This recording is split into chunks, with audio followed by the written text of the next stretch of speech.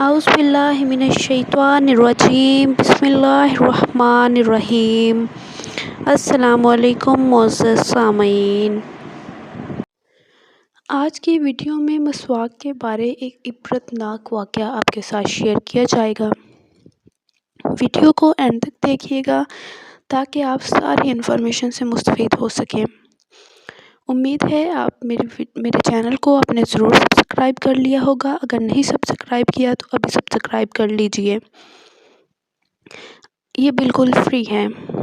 علامہ ابن کثیر نے ابن خلکان رحمۃ اللہ علیہ کے حوالے سے اپنی شرح آفاق کتاب البدایع والنہایہ میں ذکر کیا ہے کہ ایک شخص ابو سلمہ نامی جو بصرہ مقام کا باشندہ اور نہایت بے باک اور بے غیرت تھا، اس کے سامنے مسواک کے فضائل اور مناقب اور محاسن کا ذکر آیا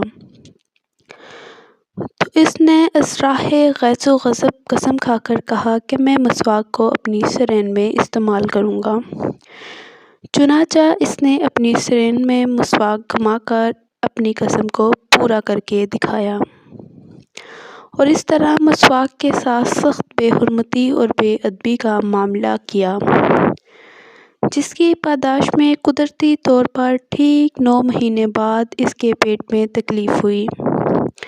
پھر ایک بدشکل جانور جنگلی چوہے جیسا اس کے پیٹ سے پیدا ہوا، جس کے ایک بالش 4 انگلی کی دم، 4 پیر، مچھلی جیسا سر اور 4 دانت باہر کی جانب نکلے ہوئے تھے۔ پیدا ہوتے ہی یہ جانور 3 بار چلایا، جس پر اس کی بچی آگے بڑھی اور سر کچل کر اس نے جانور کو ہلاک کر دیا اور تیسرے دن یہ شخص بھی مر گیا۔ یہ واقعہ فضائل مسواک صفحہ نمبر 50، مصنف حضرت مولانا اطہر حسین صاحب، وہاں سے شیئر کیا جا رہا ہے۔ امید ہے کہ آپ